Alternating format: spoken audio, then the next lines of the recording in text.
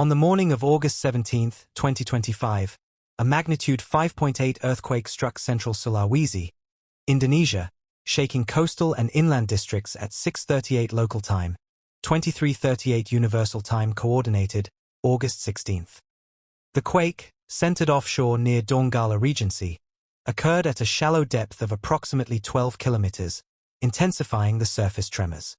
Seismologists at Indonesia's BMKG, Meteorological, Climatological, and Geophysical Agency, reported that the quake had a strike-slip movement, typical of the Palu-Koro fault line, one of the most active in the region. Casualties and damage. Authorities confirmed 1 fatality and at least 42 people injured, ranging from fractures to minor wounds caused by falling debris. Most injuries occurred in Donggala and Palu City, where older buildings and homes collapsed.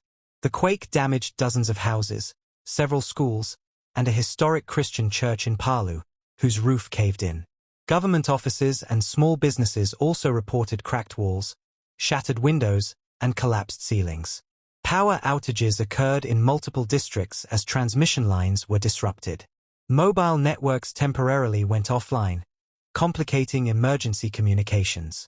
Tsunami effects. The quake generated minor tsunami activity, with waves recorded at 20 to 30 centimeters along parts of the central Sulawesi coastline. Authorities issued a brief tsunami warning, later lifted after assessments showed no major threat. Local fishermen reported unusual sea movement, and some coastal residents evacuated to higher ground in panic, recalling the devastating 2018 Sulawesi earthquake and tsunami that killed over 4,000 people. Aftershocks.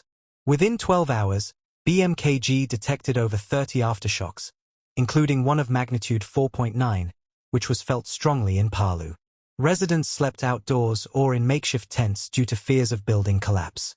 Government and emergency response.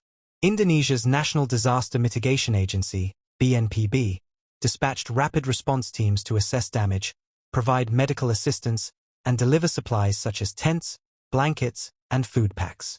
The Indonesian Red Cross set up first aid posts in Palu, while the military and police helped clear debris and secure damaged zones. Hospitals in Donggala and Palu reported a surge in patients, with some treated in outdoor triage centers due to structural concerns inside hospital buildings. President Prabowo Subianto expressed condolences to the victims and urged swift recovery measures. He reminded agencies of the country's high seismic risk, calling for stronger enforcement of earthquake-resistant building standards. International reactions. The United Nations Office for the Coordination of Humanitarian Affairs, OCHA, offered technical support in disaster monitoring.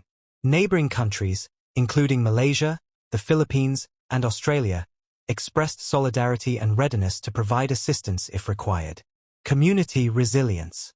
Local communities quickly organized volunteer rescue groups, digging through rubble to save trapped residents before official teams arrived.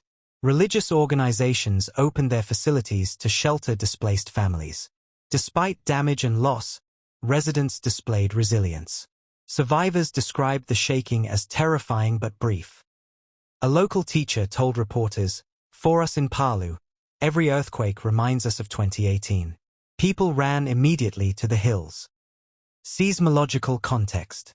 Sulawesi lies within the Pacific Ring of Fire, where multiple tectonic plates converge, making it highly vulnerable to seismic activity.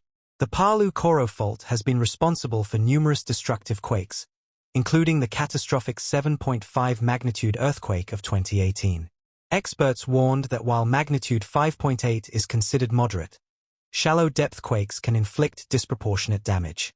BMKG continues to monitor seismic activity in the region, urging residents to remain cautious and follow evacuation protocols. Outlook. As of the latest update, hundreds of residents remain displaced, staying in shelters or with relatives. Engineers are assessing the structural safety of bridges, schools, and government buildings before reopening them. The Indonesian government pledged emergency funds for reconstruction and emphasized ongoing community preparedness drills. While the quake did not reach the catastrophic scale of previous disasters, it served as a stark reminder of Indonesia's vulnerability to natural hazards. Residents of Sulawesi remain on alert as aftershocks continue to rumble through the region.